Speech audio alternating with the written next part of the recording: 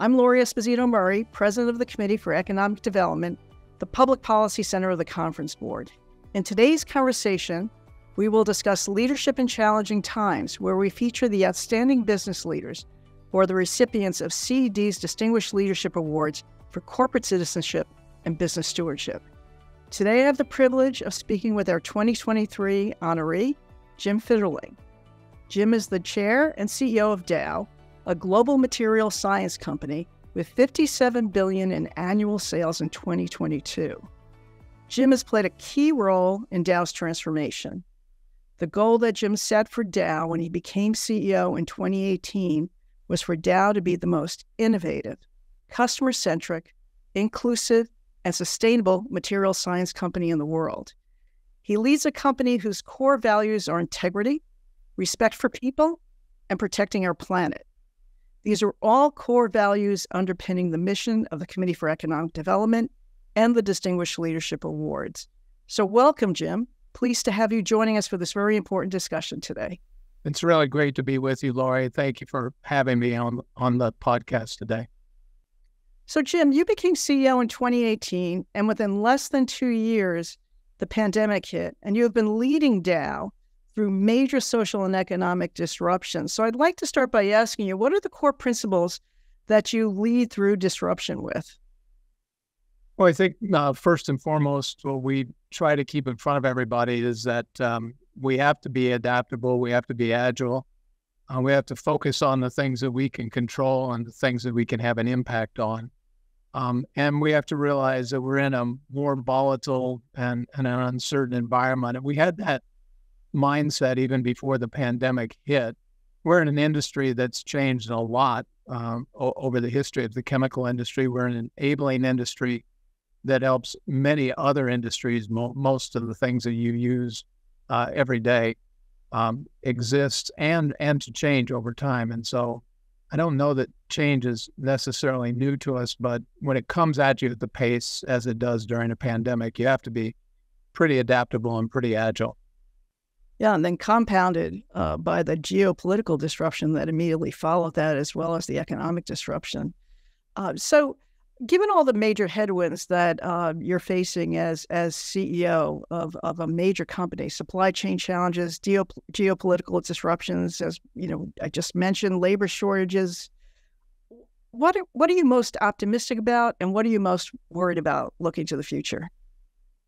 Yeah, well, I think what I'm most optimistic about is with some of the challenges that we face, whether it's a more sustainable future, tackling climate change, tackling some of the challenges that we're tackling with plastic waste, is our ability to innovate and move ourselves forward and get through some of those issues. I think on the worry side, obviously inflation in the near term, the only way that we know to control inflation is really by cooling down the economy, and you just don't want to get into a situation where you kill the economy. And I think obviously the Fed's trying to navigate that as best as they can, but we want to do it in a way where the economy can pick up some momentum. If we take all the momentum out, if we get into stagflation, then I think that becomes a big concern.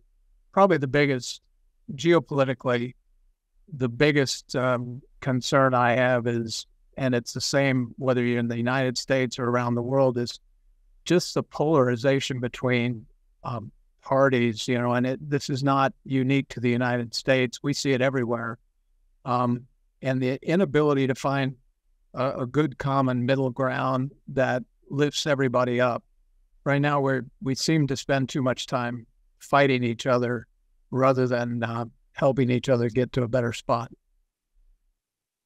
So to pick up on the sustainability issue, which was one of your key goals when you became CEO in 2018, you've set the goal of reaching net zero by 2050, which is particularly ambitious, especially given that half of Dow's business is in plastics that have been depending on energy from fossil fuels. So how are you achieving success with the energy transition? This is a major challenge. Yeah, we have a major impact. Obviously, our CO2 scope 1 and 2 emissions are 35 million tons, and so to completely eliminate that by 2050 is a big task. About half of what we create from a CO2 footprint is by generating power and steam. And the other half is the furnaces that we use to crack ethane to make ethylene, which is the feedstock for plastics. I'd say on the power and steam side, a big focus will be moving towards hydrogen and also nuclear. And so we've got a project in Seadrift, Texas, to have the first industrial scale small modular reactor facility, which is the core to taking that entire site at Seadrift to zero CO2 emissions and replacing all of our combined cycle gas systems in order to do that. On the ethylene side of the equation, obviously, we crack ethane to make ethylene. And so when you touch a plastics product, the product you're touching is actually not combusted, but the heat in the furnaces is. And so we've got to find a way to replace that natural gas combustion. Well, hydrogen and carbon capture is what looks like is going to be the winning solution. And so in Canada and Alberta, we've got the first major project, which will be to build the world's first net zero ethylene and plastics facility. And then after we've built that new facility, which will be 2 million metric tons of capacity, we will retrofit the existing facility to take its emissions to zero. So it will be 20% of our global ethylene production, a little bit higher than that of our polyethylene production, all at net zero. And that demonstration to do that on that scale will be the first step towards replicating that 2 or 3 more times, and that'll help us take the whole footprint to net zero. Oh, that's really interesting. And you're right in the bullseye of what this major public policy transformation that we're going through over the just over even the past year with the Inflation Reduction Act incentives and the infrastructure bill, the CHIPS Act with its R&D. In this transformation, how important is public policy, the consistency of public policy, and what more should government be doing in collaboration with the private sector? I think, to me, if we want to set good policy, smart policy, we need to keep it simple and high level and allow innovation to happen. And so when we put incentives in place, a great example in IRA was we were agnostic on the hydrogen economy in terms of what form of hydrogen, green hydrogen, blue hydrogen, pink hydrogen, you name it. And whereas the European Union was much more specific, and I think boxed themselves in a little bit, being too specific on green hydrogen. Green hydrogen's quite expensive today, but blue hydrogen and carbon capture can allow us, within a reasonable affordability, to convert entire industries to net zero. And, I think obviously incentives for alternatives are important, but we also have to think about baseload power and electricity. Only 20% of the electricity that people use today is 20% of the whole energy pool that we use today. 80% of it is not electric. 80% of it is the gas that we use, the coal that's used to fire steel furnaces and aluminum smelters. We've got to replace that. And so we need all of those materials to be able to drive to a net zero economy. And if we suddenly say, you can't do any of that anymore, and the focus on the fuel source instead of the emissions, then you get yourself into a bad spot. So I think we've focused on the emissions, and now we need to think about, how do we get to a price on carbon, and setting one that's not going to back us into a corner, but one that's also going to facilitate and speed up the investments. And the reason I say a price on carbon and not a tax on carbon is I think the financial community responds different ways to them. If you tax carbon, they look at that as a revenue generator for the government, and we're not really certain where that money is going to get spent. If you put a price on carbon, that's a return for an investment for recovering that CO2. So let's say there was a price on carbon of $85 or $100 a ton. Then if I make an investment in a hydrogen generator or an autothermal reformer to convert that natural gas to hydrogen, then I can get $100 back on that return through that price on carbon. That's an incentive for me to invest. And that's an incentive for the trillions of dollars that's out in the marketplace today that wants to go after good environmental sustainability projects to come into the market. And that kind of policy will accelerate the transition, not slow it down. Well, that's really interesting. These are a number of these issues CED has just taken on with our task force on climate, energy, and the environment with the solution brief we just issued. And you're picking up on your point on the significance of innovation. Digital transformation has been really a key priority for you, and it helped you with responding to the pandemic, but it also propelled your R&D efforts. I'm just curious if you could share with us how you're assessing the challenges and opportunities of generative AI at Dow. Yeah, obviously we do a lot with AI today, and so we've invested a lot to automate, all of our labs. In fact, before we ever go into a lab to do an experiment, mostly we do computer modeling to kind of narrow the field so that we can speed up the commercialization times and not run those experiments that don't have the probability to be successful. Now with generative AI, I think the world thinks about it in terms of going out and searching the whole World Wide Web and finding all the information we can. But if you're dealing with a scientific company like ours and you're dealing with well understood data and more than 100 years worth of data and quality of data that we can control, and you can mine that data, you can suddenly put AI to work with could be customer service reps, sales reps, technical service people, helping customers formulate new products. You can put it to work in your organization. Just think about, we have to do a lot of work with legal in terms of intellectual property. So think about the amount of work that could be done and time-saving work that could be done on going and curating a lot of information that has to be gathered and sought through. And so we're looking at, we have an open AI instance today on our Dow platforms, and we actually have teams actively experimenting with it and brainstorming with it, how we could use it. I think it's going to be a lot like AI and robotics today. It's going to be a great co-pilot for our teams, and it's going to help us get productivity in an environment with wage inflation and a slowing economy where productivity is hard to find right now. Any words of advice to your CEO colleagues on what type of guide rails they should put around their use of AI? I think data, controlling the data, making sure that you don't inadvertently let your IP slip out of your domain and become part of the public domain, which is one of the, I think, unintended consequences of trying to go broad with AI. If you stay focused on repositories of data that you can control and the quality of, I think you minimize the challenges of getting out there and getting misinformation or false information. It's like a lot of computing systems, garbage in, garbage out. You've got to have good quality data to get good quality results out of it.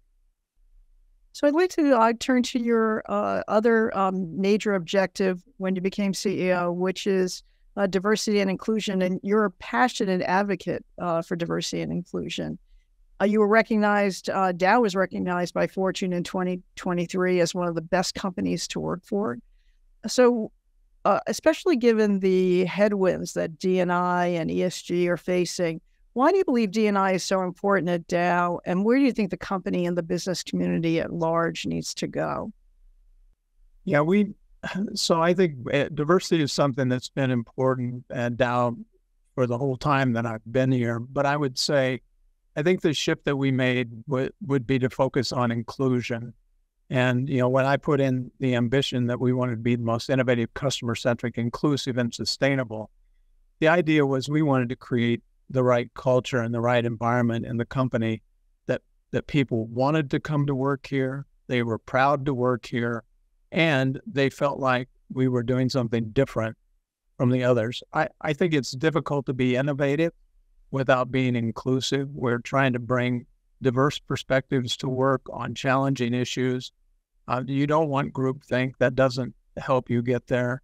So you need a culture that allows people to come in, allows them to have a voice, and also is a kind of a judgment-free zone, where the background isn't the focus. It should be the opportunity that they have in front of them and give them a chance to succeed. When we do that, that creates, generation changing and family sustaining opportunities, and in some cases for portions of the population that have never had that before. And if there's one thing that brings our whole system together, you think about it, whether it's any religion, any country in the world, the golden rule is kind of the bottom line. You treat other people the way that you want to be treated. That, by the way, is one of the most important things to recognize when you're dealing with customers, is they look at you not just as a provider of materials and solutions, but they also look at you and they make decisions about who they want to work with. And a lot of times they make that based on the way they see you treat each other at work. And so I think I think by focusing on inclusion first, we've really kind of cracked the code at how do you get diversity and then how do you keep it, without it becoming a quota system or just chasing numbers. Wow.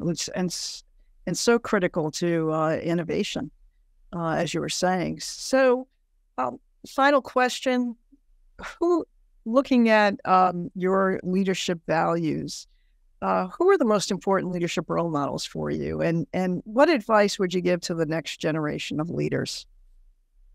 Well, I think I'd have to start with my parents. I mean, my parents were great role models. They taught us a great work ethic. They were both teachers.